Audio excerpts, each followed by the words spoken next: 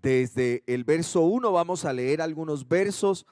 Dice Juan 13, verso 1, dice: antes de la fiesta de la Pascua, sabiendo Jesús que su hora había llegado para que pasase de este mundo al Padre, como había amado a los suyos que estaban en el mundo, los amó hasta el fin.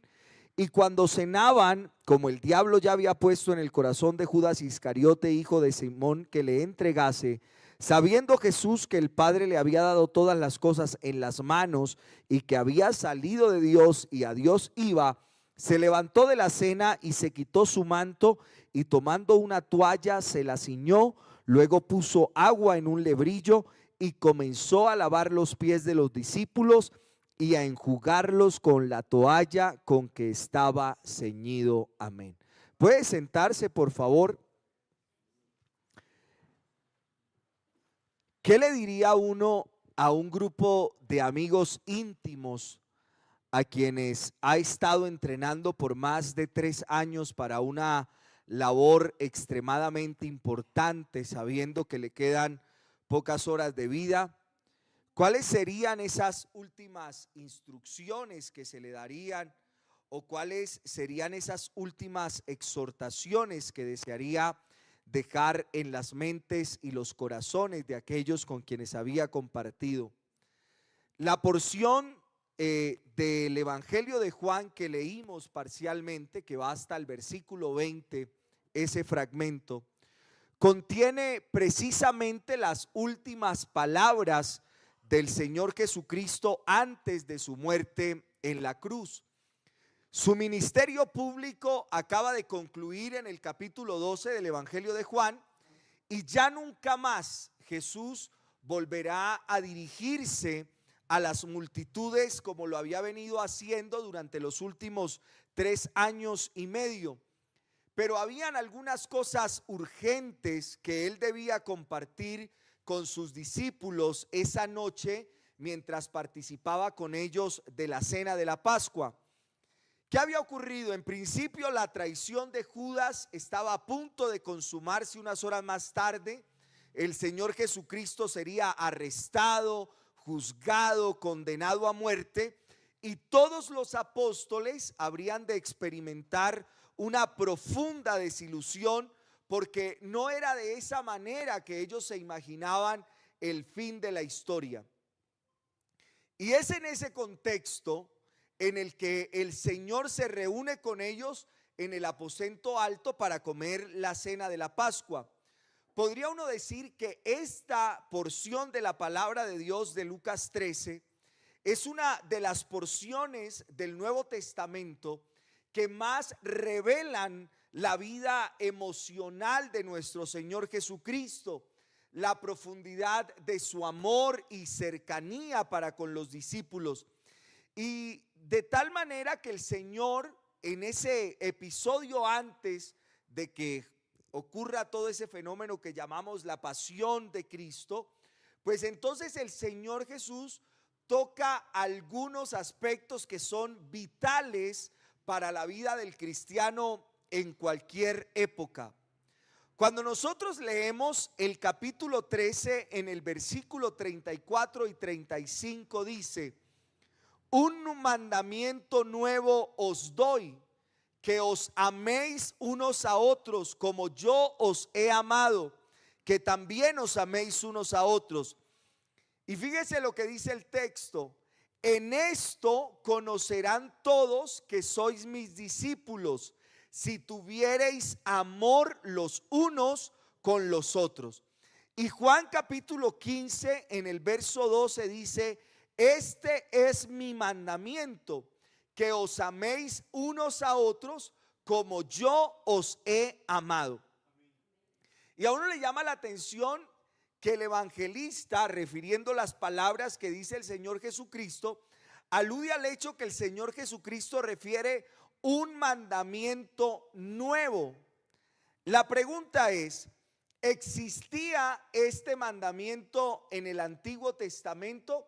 Y la respuesta es: por supuesto que sí.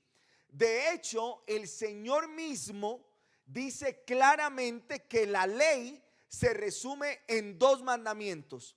Amarás al Señor tu Dios con todo tu corazón, con toda tu alma, con toda tu mente. Ese es el primero. Y al prójimo como a ti mismo. Así que uno podría preguntarse en qué sentido es un mandamiento nuevo este que el Señor Jesucristo está dando. Y no es nuevo en el sentido en que nunca haya sido mencionado en la Biblia. Lo que es nuevo es el estándar que el Señor pone delante de nosotros, que os améis como yo os he amado. Eso es lo nuevo, el nuevo estándar. No que debamos amarnos los unos a los otros, porque estaba instaurado desde el Antiguo Testamento que amaríamos al prójimo como a nosotros mismos, sino que el nuevo estándar es que debemos amarnos los unos a los otros como Cristo nos amó a nosotros. Y eso es lo primero que quisiera analizar en la medida del tiempo. El versículo 13, el capítulo 13, el versículo 1 dice: antes de la fiesta de la Pascua, sabiendo Jesús que su hora había llegado para que pasase de este mundo al Padre, como había amado a los suyos que estaban en el mundo, los amó hasta el fin. En otras palabras, los amó hasta lo sumo. Los amó con el amor más extremo con el que alguien pueda amar a otra persona. Y es ese amor en extremo, si quieren ponerlo como un amor extravagante, es ese amor que transmite el texto, el que sirve de trasfondo a esa escena del lavamiento de los pies, que fue una lección memorable de humildad que los discípulos necesitaban urgentemente. En Lucas, el capítulo 22, el versículo 24, vemos que esa misma noche los discípulos habían estado discutiendo acerca de quién de ellos sería el mayor. En un momento tan sensible como el que iba a ocurrir esa noche, imagínese usted que la gran preocupación de los apóstoles era saber quién iba a ocupar la posición de más honor en el reino de Dios. Pero el Señor les hace ver con su ejemplo que la escala de evaluación en su reino es muy diferente a la escala de evaluación que usa el mundo. En el reino de Dios, los seguidores de Jesús, los que realmente van a pertenecer al lugar más elevado, los que van a ocupar el puesto más grande de honor, son aquellos que asumen voluntariamente el lugar más bajo. Y esa es la enseñanza más evidente de este pasaje, como el mismo Cristo nos lo revela en el versículo 15. Juan 13:15 dice: porque ejemplo os he dado, para que como yo os he hecho, vosotros también hagáis. Y el punto es que si nos quedamos únicamente en la lección de humildad que enseña este pasaje y no conectamos el lavamiento de los pies con la declaración del versículo 1 acerca del amor extremo del Señor Jesucristo, habremos entonces perdido el núcleo de este pasaje. Muchos leen Juan capítulo 13 y ven a Jesús lavando los pies, y lo único que se ve de manera muy evidente, pues sí, es la humildad del Señor y la lección de humildad. Pero yo quiero proponerles que hay una lección más importante detrás, porque hay más de una simple lección de humildad aquí. El lavamiento de los pies no fue simplemente una bofetada sin manos. En otras palabras, este lavamiento no fue un mero reproche. De alguna manera esto fue una parábola viviente del profundo amor de Cristo que sería manifestado unas horas más tarde en la cruz del Calvario. Fue por amor a los suyos que el Señor se humilló. El amor verdadero se humilla. Amén. El amor verdadero se humilla. El amor verdadero está dispuesto a humillarse, o para decirlo de otro modo, la verdadera humillación es aquella que es motivada, producida o movida por el amor. Y es por eso que el apóstol Juan se empeña en mostrar el contraste entre lo que Jesús sabía de sí mismo y de sus circunstancias esa noche y lo que hizo a continuación. Volvamos a leer el verso 1, antes de la fiesta de la Pascua.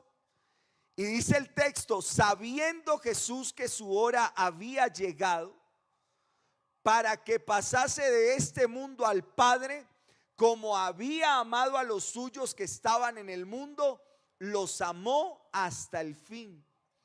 Y esa palabra sabiendo es clave aquí, porque por cientos de años los judíos habían celebrado la fiesta de la Pascua como un recordatorio de la forma milagrosa como Dios los rescató de la esclavitud de Egipto.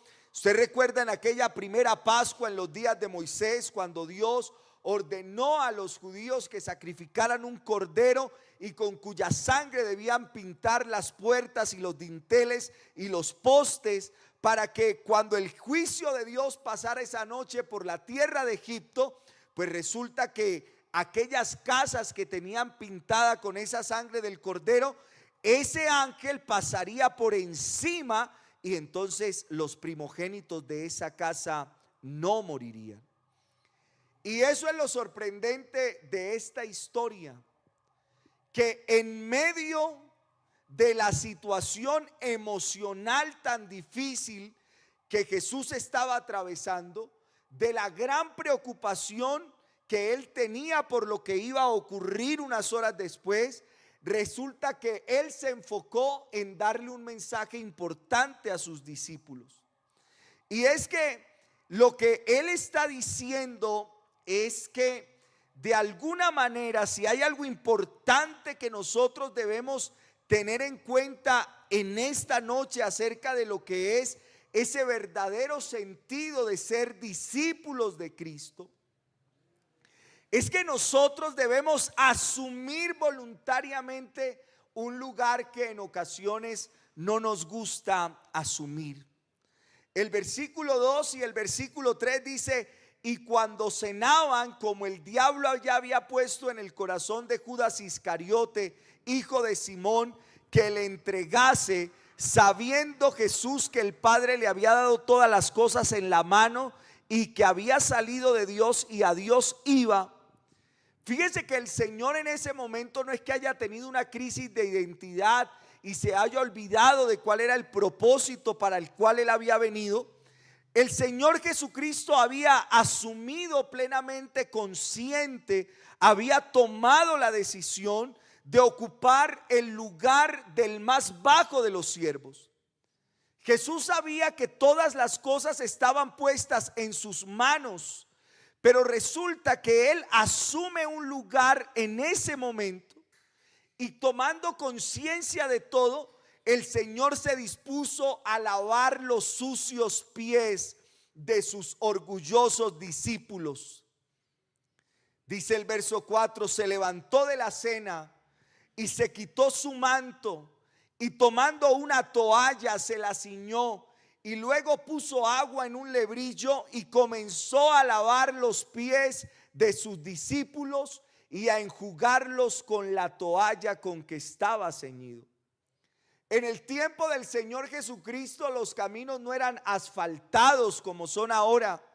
Los hombres no usaban zapatos cerrados, usaban sandalias abiertas que no los protegían por completo del polvo, de la arena y de lo sucio del camino. De manera que era muy incómodo sentarse a comer sin lavarse los pies.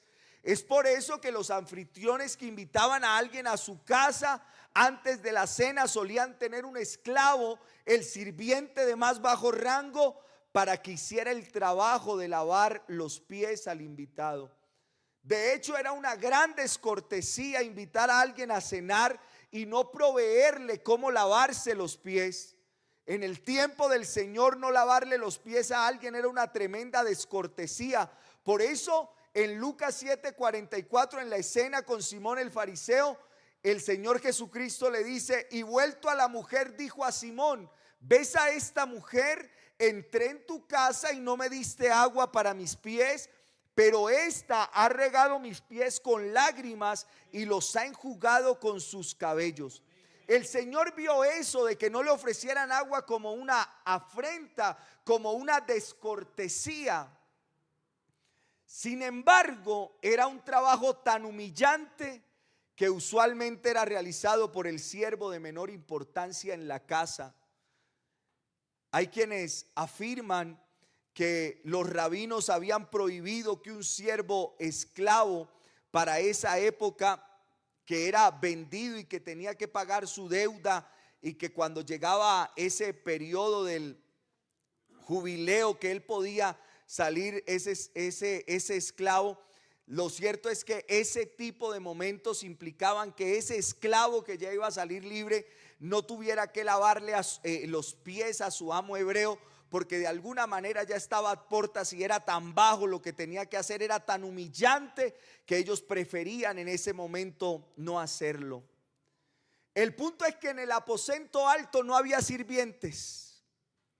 Así que los discípulos comienzan a llegar para comer con Jesús la última cena de la Pascua. Se comienzan a colocar en forma de U alrededor de la mesa. Recuerde que no era una mesa elevada, era al nivel del piso. Las personas se inclinaban de tal manera que la parte del rostro y del torso quedaban al lado de la comida y los pies hacia el extremo. Y las personas iban tomando la comida de la mesa y consumiéndola. Y entonces es interesante ver la manera como Juan describe esta escena, porque es como si fuera en cámara lenta. Él la pone ahí y dice: se levantó de la cena, se quitó el manto y tomando una toalla se la ciñó. Imaginémonos a los discípulos susurrando entre ellos: ¿qué es esto? ¿Qué es lo que va a hacer Jesús? Si Él es el maestro, si Él es el más grande entre nosotros, y usualmente el que lava los pies es el del menor nivel. Y luego dice el verso 5: luego puso agua en un lebrillo y comenzó a lavar los pies de los discípulos y a enjugarlos con la toalla con que estaba ceñido. Tal vez fue un silencio rotundo. Es difícil saber lo que estaba pasando por la mente de los discípulos viendo al Señor en una posición tan humillante, pero podemos suponer que ellos debían estar avergonzados. Pero a pesar de toda su vergüenza, ninguno se levantó de la mesa para ocupar el lugar de Jesús. Tal vez ninguno llegó a pensar en la posibilidad de lavar los pies de Jesús. Tal vez eso se le pudo haber ocurrido a alguno, pero lavarse los pies entre ellos jamás. Eso era demasiado humillante. Estos hombres tenían el corazón lleno de orgullo y Cristo lo sabía, pero aún así se mantuvo lavándole los pies uno a uno hasta que llegó al apóstol Pedro. Pero si hay algo interesante de entender en esta noche a partir de este texto, es el principio del que mencionábamos a modo introductorio acerca de la necesidad que nos amemos unos a otros, de la necesidad que podamos entender que en el reino de Dios no existen categorías que nos impidan mantener una adecuada relación con el otro, así en sentido figurado tenga los pies muy sucios y llenos de polvo. Tal vez nosotros hagamos planteamientos a partir de nuestro carácter, del hecho de que no logramos establecer una adecuada relación con nuestro hermano, más que por como nosotros somos, por como él es.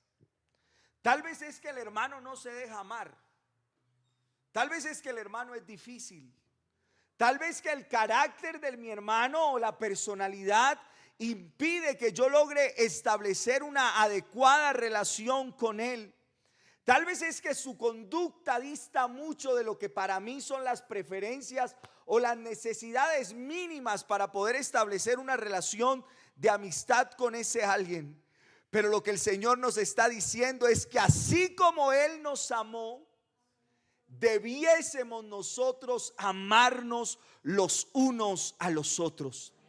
El amor de Dios por nosotros es un amor que en consecuencia de este fue capaz de humillarse. Filipenses el capítulo 2 dice: haya pues en vosotros este mismo sentir que hubo también en Cristo Jesús, el cual siendo en forma de Dios no estimó el ser igual a Dios como cosa a que aferrarse, sino que se despojó a sí mismo, tomando forma de siervo, hecho semejante a los hombres, y estando en la condición de hombre, se humilló hasta lo sumo. La pregunta en esta noche es: ¿qué tan dispuesto está usted a amar a su hermano?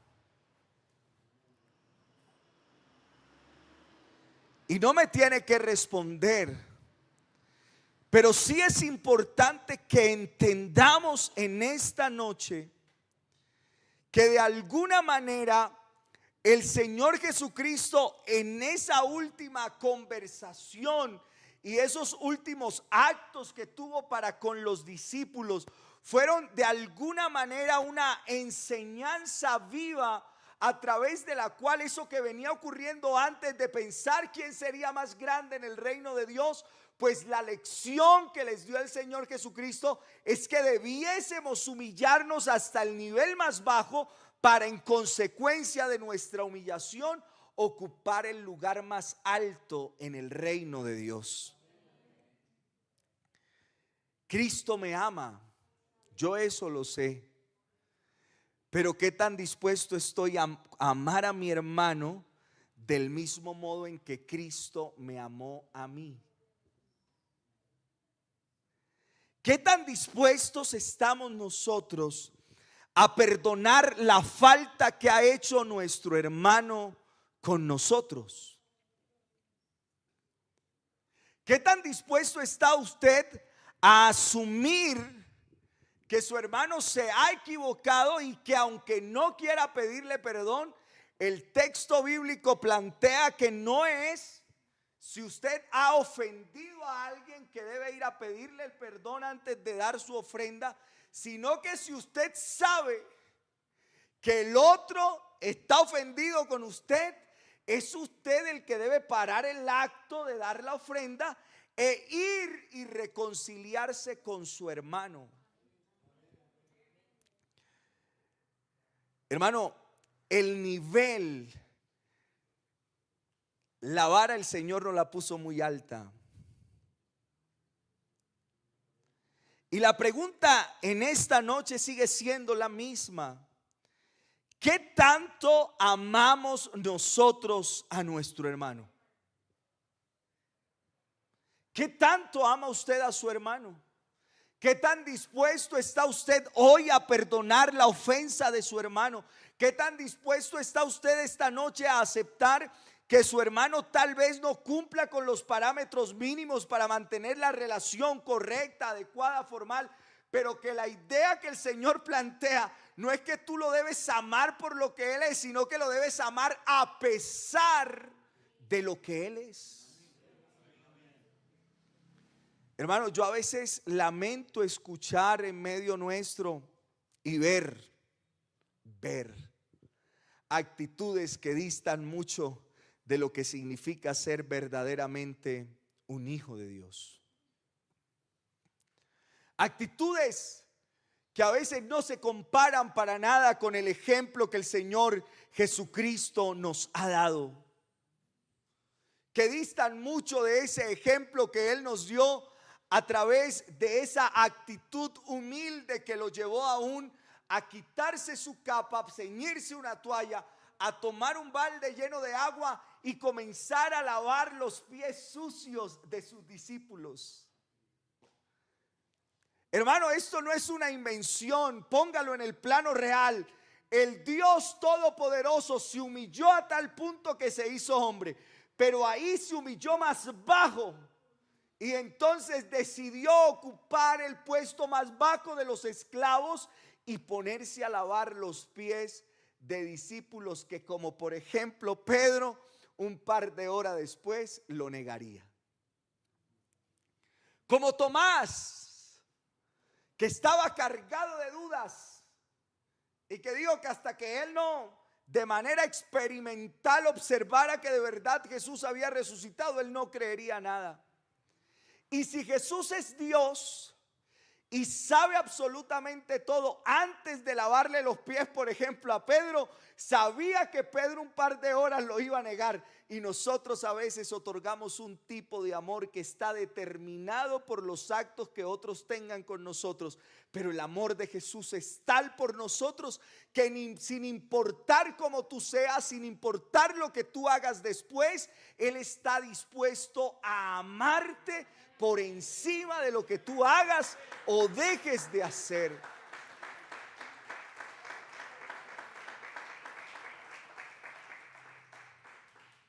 Hermanos,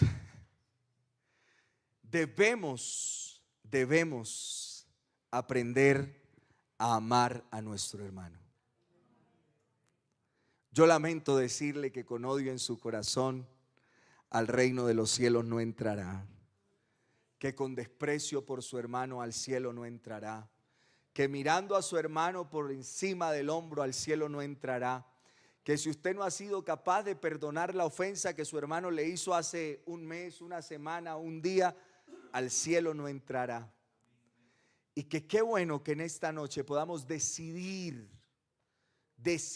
tomar la decisión de amar a nuestro hermano, así como Cristo nos amó a nosotros. Demos gracias en esta noche. Eterno y soberano Dios, bendito Salvador, te damos gracias, Señor, en esta hora por todo tu amor, tu bondad y tu misericordia. Por permitirnos, Señor, aprender de tu palabra. Danos, Señor, la suficiente sabiduría, el conocimiento de lo alto. Guíanos a través de la obra de tu Espíritu Santo para aprender a amar a nuestro hermano así como tú nos amaste a nosotros. Bajo ese principio, Señor, de tu amor, que fue capaz de humillarse hasta lo sumo para traernos salvación, como tú planteas en tu palabra, Señor, enséñanos.